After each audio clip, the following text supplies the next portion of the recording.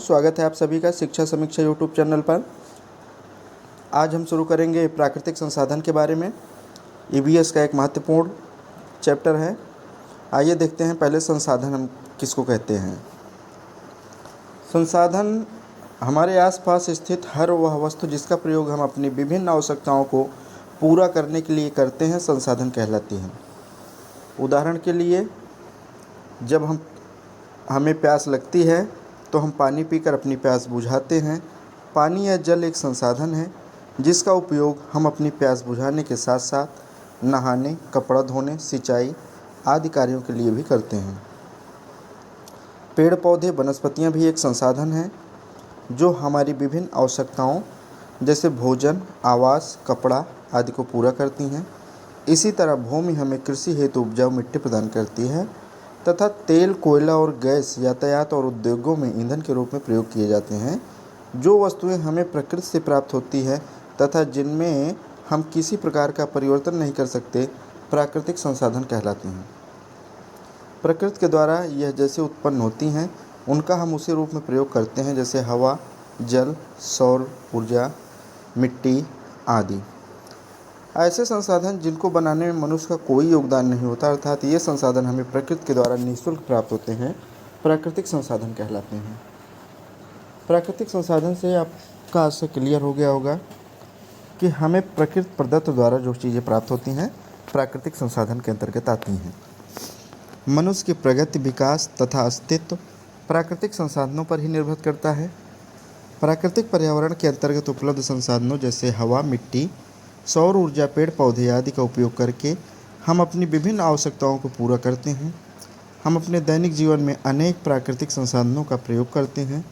इनमें से कुछ ऐसे हैं जिनके बिना हमारा जीवन रहना संभव नहीं है, जैसे हवा, जल, पेड़ पौधे आदि।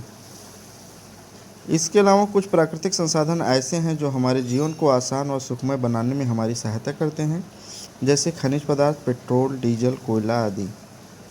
प्राकृतिक संसाधन हमें प्रकृति द्वारा दिए गए उपहार हैं जो हमारे लिए बहुत ही आवश्यक हैं। आइए देखते हैं प्राकृतिक संसाधनों का वर्गीकरण हम कैसे कर सकते हैं। एक जैविक, एक अजैविक। जैविक को हम दो रूपों में बांट सकते हैं, जंतु और वनस्पति। अजैविक को नवीकरण, अनवीकरण, मतलब नवीकरणीय, अनवीकरणीय। नवीकरणीय में देखते हैं वायु, जल, मिट्टी, सौर ऊर्जा। अनवीकरणीय में देखते हैं खनिज, जीवाश्म ईंधन। अब बात करते हैं प्राकृतिक संसाधन। सूर्य हमारा प्राकृतिक संसाधन है। वायु, जल, ये सभी क्या है, प्राकृतिक संसाधन के अंतर्गत ही आते हैं। पृथ्वी में समस्त जीवन का आधार सूर्य ही है। सूर्य पृथ्वी पर सूर्य ऊर्जा का प्रमुख स्रोत है। यह एक महत्वपूर्ण प्राकृतिक संसाधन है। सूर्य से हमें ऊष्मा मिलती है। सूर्य हमारे दैनिक जीवन में बहुत आवश्यक है। कई रूपों में इसकी उपयोगिता दिखाई देती है। आप देखे होंगे कि जल चक्र बनाने में, वायुमंडल में वायु प्रवाह बनाए रखने में, जलवायु को नियंत्रित करने में, पौधों को भोजन बनाने के लिए ऊर्जा प्रदान करने में, घर में नमी सीलन को दूर करने तथा कपड़े सुखाने में। हमारा शरीर सूर्य के प्रकाश से विटामिन डी बनाता है जो हमारी हड्डियों को मजबूत बनाने के लिए आवश्यक है। देखते हैं वायु का क्या महत्व है। तो पृथ्वी के चारों ओर वायु का घेरा है। इसे हम देख नहीं सकते हैं, केवल अनुभव कर सकते हैं। वायु हर समय हमारे चारों ओर रहती है। वायु हमारे लिए अत्यंत आवश्यक है। भोजन और जल के बिना तो हम कुछ समय तक जीवित रह सकते हैं, परंतु वायु के बिना हम जीवित नहीं रह सकते हैं। बहुत ही महत्वपूर्ण होती है वायु। जल की बात करते हैं तो जल ही जीवन है, जैसा कि उक्ति ही कहा गया है। जल अर्थात पानी के बिना हम जीवन की कल्पना भी नहीं कर सकते हैं। हमारे शरीर में लगभग 70% जल का ही हिस्सा है। जल शरीर के रक्त को तरल बनाता है, जिससे शरीर में रक्त का प्रवाह सरलता से होता है। खाना पचाने एवं अनावश्यक पदार्थों को पसीना, मलमूत्र आदि के रूप में शरीर से बाहर निकालने में जल सहायक होता है। इसके अलावा दैनिक जीवन के विभिन्न कार्यों में भी जल की आवश्यकता होती है। अब देखते हैं भूमि। वायु और जल की तरह भूमि भी हमारे जीवन का आधार है।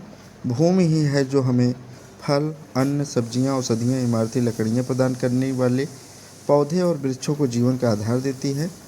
भूमि ही जल तथा खनिजों का भंडार है। खेती एवं वनों के लिए भूमि का होना अत्यंत आवश्यक है। वर्तमान समय में जनसंख्या में निरंतर वृद्धि हो रही है।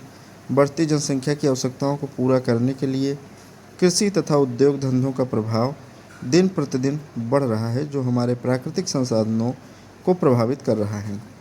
यदि हम बिना सोचे समझे लगातार प्राकृतिक संसाधनों का दोहन करते रहेंगे तो वह दिन दूर नहीं जब हम इससे वंचित हो जाएंगे। हमें प्राकृतिक संसाधनों के महत्व को समझना ही होगा और इसके संतुलन को बनाना और इसके बचाव के उपाय को करना भी अति आवश्यक होगा। इस प्रकार हम लोगों ने जाना कि मानव जीवन, पेड़ पौधे और जीव जंतुओं के विकास में प्राकृतिक संसाधन कितना महत्वपूर्ण है। सभी एक दूसरे पर निर्भर हैं, लेकिन ये तभी हमारे लिए लाभकारी होंगे जब हम इनके संरक्षण के लिए निरंतर जागरूक रहेंगे तथा उचित उपाय करते रहेंगे। इस तरह आपको ईवीएस के नए नए चैप्टर्स प्रतिदिन मिलते रहें।